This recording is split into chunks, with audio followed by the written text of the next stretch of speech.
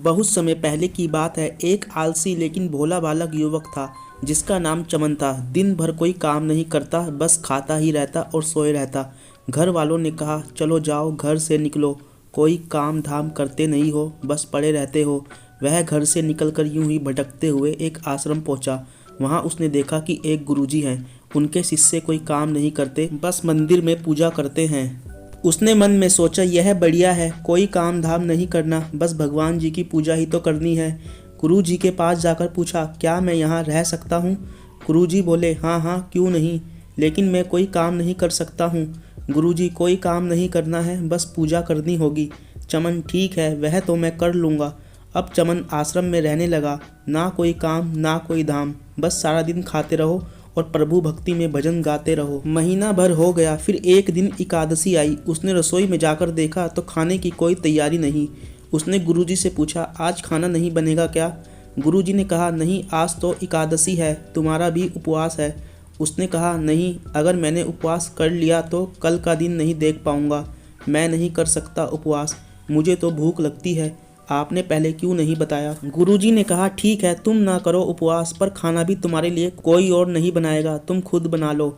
मरता क्या ना करता। गया रसोई में। गुरुजी फिर आए। देखो, अगर तुम खाना बना लो तो राम जी को भोग जरूर लगाना और नदी के उस पार जाकर बना लो रसोई। ठीक है। लकड़ी, आटा, तेल, घी, सब्जी लेकर चमन चले गया। जैसे तैसे खाना भी बनाया। खाने लगा तो याद आया, गुरुजी ने कहा था कि राम जी को भोग लगाना है। वह भजन गाने लगा, आओ मेरे राम जी, भोग लगाओ जी। प्रभु राम आइए, श्री राम आइए, मेरे भोजन का भोग लगाइए। कोई ना आया तो बेचैन हो गया कि यहाँ तो भूख लग रही है और राम जी आ ही नहीं रहे हैं। भोला मानस जानता नहीं था कि प्रभु साक्षात तो आएंगे नहीं, पर गुरुजी की बात मानना जरूरी है। फिर उसने कहा, देखो प्रभु राम जी, मैं समझ गया हूँ आप क्यों नहीं आ रहे हो। मैंने रूखा सूखा बनाया है और आपको तरमाल खाने की आदत है, इसलिए नहीं आ रहे हैं। तो सुनो प्रभु, आज वहाँ भी कुछ नहीं बना है, एकादशी है, खाना हो तो ये भोग ही खा लो। श्री राम अपने भक्त की सरलता पर बड़े मुस्कुराए और माता सीता के साथ प्रकट हो गए। भक्त असमंजस में, गुरु जी ने तो कहा था कि राम जी आएंगे, पर यहाँ तो माता सीता भी आई है और मैंने तो भोजन बस 2 लोगों के लिए बनाया है।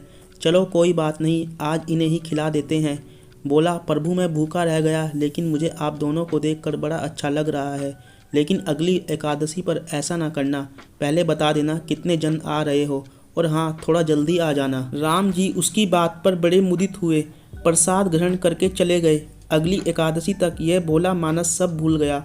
उसे लगा प्रभु ऐसे ही आते होंगे और प्रसाद ग्रहण करते होंगे। फिर एकादशी आई। गुरुजी से कहा, मैं चला अपना खाना बनाने, पर गुरुजी थोड़ा ज़्यादा अनाज लगेगा, वहाँ 2 लोग आते हैं।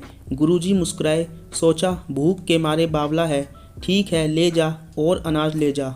अब की बार उसने 3 लोगों का खाना बनाया। फिर गुहार लगाई, प्रभु राम आइए, सीता राम आइए, मेरे भोजन का भोग लगाइए। प्रभु की महिमा भी निराली है। भक्त के साथ कौतुक करने में उन्हें भी बड़ा मजा आता है। इस बार वे अपने भाई लक्ष्मण, भरत, शत्रुघ्न और हनुमान जी को लेकर आ गए। भक्त को चक्कर आ गए। यह क्या हुआ, एक का भोजन बनाया तो 2 आए, आज 2 का खाना ज़्यादा बनाया तो पूरा खानदान आ गया। लगता है आज भी भूखा ही रहना पड़ेगा। सबको भोजन लगाया और बैठे बैठे देखता रहा। अनजाने ही उसकी भी एकादशी हो गई। फिर अगली एकादशी आने से पहले गुरु जी से कहा, गुरु जी, ये आपके प्रभु राम जी अकेले क्यों नहीं आते? हर बार कितने सारे लोग ले आते हैं, इस बार अनाज ज़्यादा देना। गुरु जी को लगा कहीं ये अनाज बेचता तो नहीं है, देखना पड़ेगा जाकर। भंडार में कहा, इसे जितना अनाज चाहिए दे दो, और छुपकर उसे देखने चल पड़े।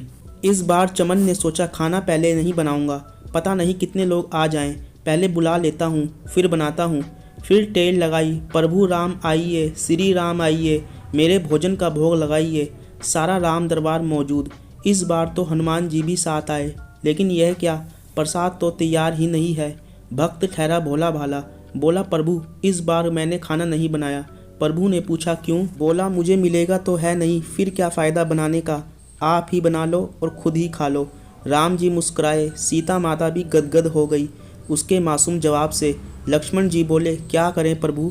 प्रभु बोले, भक्त की इच्छा है, पूरी तो करनी पड़ेगी, चलो लग जाओ काम से। लक्ष्मण जी ने लकड़ी उठाई। माता सीता आटा सानने लगी। भक्त एक तरफ बैठकर देखता रहा। माता सीता रसोई बना रही थी। तो कई ऋषि मुनि यक्ष गंधर्व प्रसाद लेने आने लगे। इधर गुरुजी ने देखा खाना तो बना नहीं, भक्त एक कोने में बैठा है। पूछा, बेटा क्या बात है, खाना क्यों नहीं बनाया? बोला, अच्छा क्या गुरुजी आप आ गए, देखिए कितने लोग आते हैं प्रभु के साथ। गुरुजी बोले, मुझे तो कुछ नहीं दिख रहा तुम्हारे और अनाज के सिवा। भक्त ने माथा पकड़ लिया, एक तो इतनी मेहनत करवाते हैं, प्रभु भूखा भी रखते हैं और ऊपर से गुरुजी को दिख भी नहीं रहे, ये एक और बड़ी मुसीबत है। प्रभु से कहा, आप गुरुजी को क्यों नहीं दिख रहे हो? प्रभु बोले, मैं उन्हें नहीं दिख सकता। बोला, क्यों? वे तो बड़े पंडित हैं, ज्ञानी हैं, विद्वान हैं, उन्हें तो बहुत कुछ आता है, उनको क्यों नहीं दिखते आप? प्रभु बोले, माना कि उनको सब आता है, पर वे सरल नहीं है तुम्हारी तरह, इसलिए उनको नहीं दिख सकता। चमन ने गुरुजी से कहा, गुरुजी प्रभु कह रहे हैं आप सरल नहीं हैं, इसलिए आपको नहीं दिखेंगे। गुरुजी रोने लगे, वाकई मैंने सब कुछ पाया पर सरलता नहीं पा सका तुम्हारी तरह, और प्रभु तो मन की सरलता से ही मिलते हैं। प्रभु प्रकट हो गए और गुरुजी को भी दर्शन दिए। इस तरह एक भक्त के कहने पर प्रभु ने रसोई भी बनाई और गुरुजी को दर्शन देकर उनका जीवन सफल किया।